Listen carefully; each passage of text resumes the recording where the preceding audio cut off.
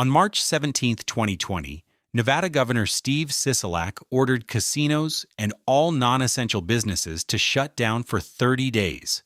The last time the Las Vegas Strip closed was in 1963 during President John F. Kennedy's funeral, lasting about 15 hours. This time, 78 days. The gaming industry analyst recalled, "I still remember driving the Strip the next morning and there was nobody there, and it either looked like we were occupied or that a bomb had gone off." The Bellagio fountains stopped. Casino lights went dark. By early Wednesday morning, barricades were placed outside casino doors. Cash machines were emptied. Slot machine screens were turned off. The city that never sleeps went to sleep. And when it woke up, Vegas was never the same. This is the story of how Las Vegas became a ghost town overnight. On March 5, 2020, Nevada reported its first case of corona disease 2019, a Las Vegas resident in his 50s who had recently traveled to Washington. One case. That's all it took to start the countdown. Nevada Governor Steve Sisolak declared a state of emergency 1 week later, but casinos stayed open. The Strip kept running. Everyone thought it would blow over. Then the numbers started climbing. One case became 5. 5 became dozens. By mid-March, it was clear this wasn't going away. On March 17, 2020, Sisolak ordered non-essential businesses in the state to close for 30 days to prevent the spread of the virus. Casinos were among businesses ordered to shut down. Sisolak said, "My ultimate goal here is to come together as Nevadans to save lives. That requires aggressive strategies aimed at mitigating community spread." Properties had hours to shut down. Don Gumerson and Josh Pepper Clark left the Flamingo and sauntered alone down the sidewalk of the Strip, past locked casino doors and outdoor daiquiri machines shrouded in black trash bags, to the only restaurant serving food for a half-mile in either direction: McDonald's. The oil workers from Manitoba were in town for a wedding. Gumerson married Clark's stepmother at 11 a.m. Wednesday. The last nuptials at the tropical casino for the foreseeable future. The last wedding. The last meals served. The last slot pulls. And then, silence. By early Wednesday morning, after the governor's order, barricades were placed outside casino doors. Cash machines were emptied. Slot machine screens were turned off. Tables had been wiped down and bar stools stored. The statewide closure affected 440 casinos, as well as 1,977 businesses that operated small casinos with 15 slot machines or less, such as supermarkets, restaurants, and convenience stores. Every single one closed.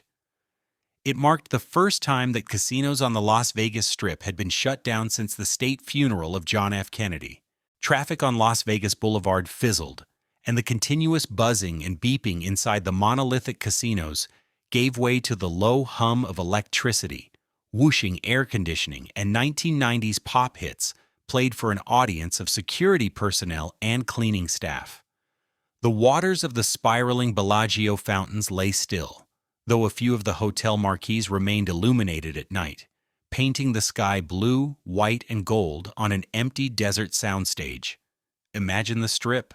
No crowds, no music, no slot machines dinging, just empty. One worker managing a restaurant at Wynn Las Vegas walked to the restaurant on her last day of work before it closed March 15th, stunned to see the casino floor and luxury stores nearly empty. "I could have easily just done cartwheels in there," she said. Cartwheels. On a casino floor. That's how empty it was.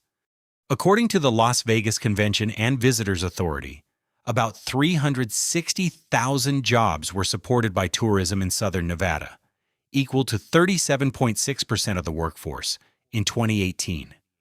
Hundreds of thousands of people out of work overnight. At the Culinary Workers Union headquarters, the largest union in Las Vegas and arguably the city's most powerful, workers called in and filled the waiting room, wondering about their paychecks while casinos and hotels sat vacant. These weren't corporate executives. These were dealers, servers, bartenders, housekeepers, people living paycheck to paycheck, and the paychecks stopped. As Michael Campagno wrote a note to his 48-person staff at Casa di Amore early last Wednesday, he was still in shock over the shutdown.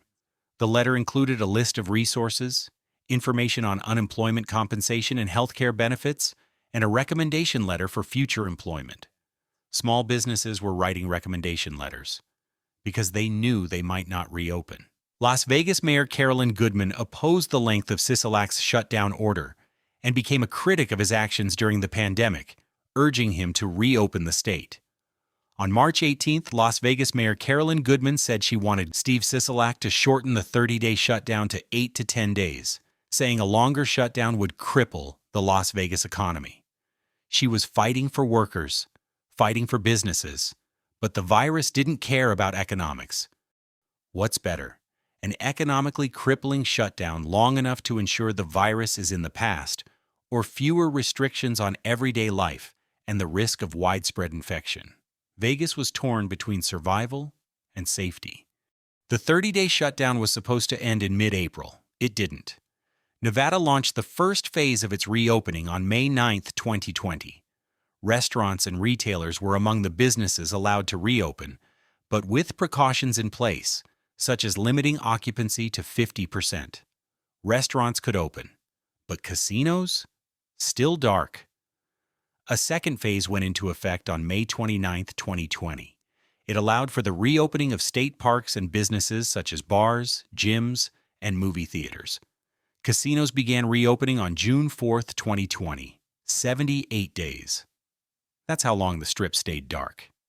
3 Station Casinos properties that have been closed since the COVID pandemic shut down in March 2020 never reopened.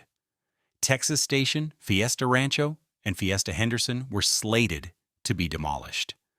The properties remained shuttered since they closed following the closure order from Governor Steve Sisolak on March 17, 2020.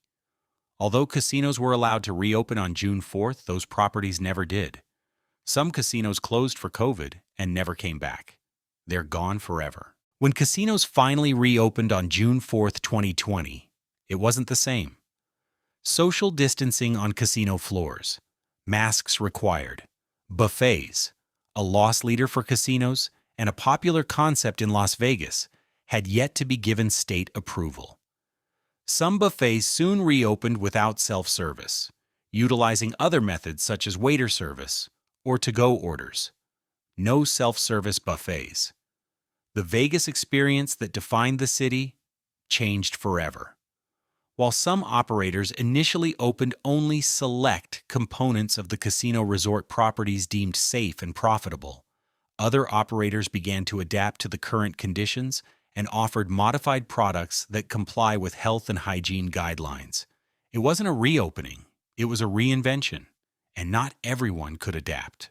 Nevada Gaming Control Board estimated Nevada's 219 major casinos lost $6.2 billion, a 25.2% decline from revenue generated a year earlier as a result of the 78-day closure. But that's just the casinos. What about hotels that stayed empty, restaurants that closed permanently, entertainment venues that never reopened, small businesses that went bankrupt, workers who lost everything the real cost? Incalculable. Texas Station, Fiesta Rancho, Fiesta Henderson, demolished. The Lucky Dragon. Already struggling, COVID killed it permanently. Buffets across the city. Most never returned. Shows, restaurants, attractions. A huge chunk of Vegas's entertainment infrastructure just disappeared. Vegas reopened, but it wasn't the same city that closed. Some properties never recovered. Workers moved away. Tourists were scared to come back. International travel stayed down for years. The city that built itself on being open 24/7 where nothing ever stopped. And when it started again, something fundamental had changed. For the first time in Vegas history, the fundamental business model broke. The city that never sleeps had to close its eyes. And when it woke up, everything had changed. Today, when you walk the Strip, it's open again. Tourists are back. Casinos are running. But locals remember. Workers remember. Business owners remember. They remember the empty streets, the silent casinos, the fountains that stopped, the lights that went dark. They remember what it felt like when Las Vegas became a ghost town overnight. And they know it could happen again. Like other non-essential businesses, casinos closed on March 18, 2020. 78 days later, they reopened. But Vegas never fully came back. Some casinos never reopened after 2020. Thousands of jobs disappeared. Billions of dollars lost. An entire city transformed. March 17, 2020. The day Las Vegas became a ghost town. The lights are back on now, but everyone who lived through it knows. Vegas died that day. What came back was something different.